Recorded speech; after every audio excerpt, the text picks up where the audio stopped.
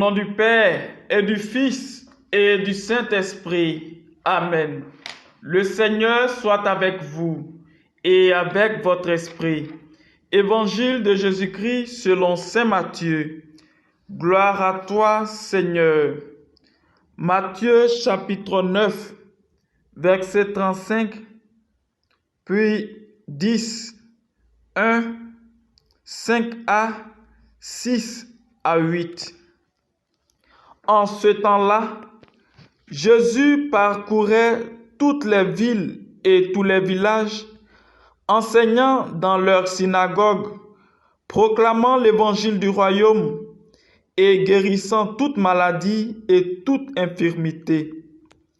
Voyant les foules, Jésus fut saisi de compassion envers elles, parce qu'elles étaient désemparées et abattues comme des brebis sans berger.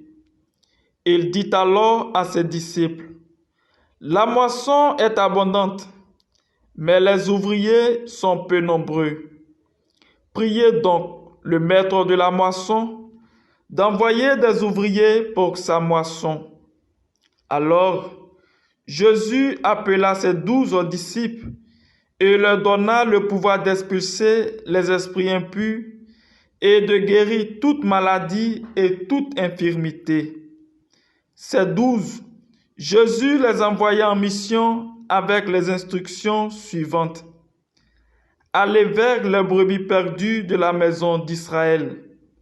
Sur votre route, proclamez que le royaume des cieux est tout proche. Guérissez les malades, ressuscitez les morts, purifiez les lépreux, expulsez les démons. Vous avez reçu gratuitement, donnez gratuitement. Acclamons la parole de Dieu. Louange à toi, Seigneur Jésus. Nous sommes déjà à la fin de la première semaine de ce grand temps de l'Avent qui nous prépare à célébrer Noël. Et dans la page de l'Évangile que nous venons d'écouter, nous pouvons tirer 2 petites pistes de méditation pour notre nourriture spirituelle de ce jour. Dans la première piste de méditation, nous sommes invités à méditer sur la compassion de Jésus envers les foules.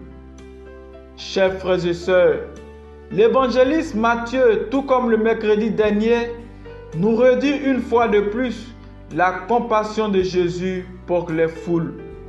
En effet, ceux qui étaient chargés de conduire le peuple ne se souciaient pas de lui et profitaient de lui. Devant cette triste réalité, Jésus, saisi de compassion, voit l'urgence de guider lui-même les foules.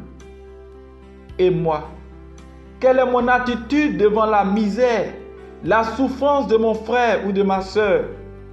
Suis-je capable de me laisser interpeller par ce qu'il ou elle traverse?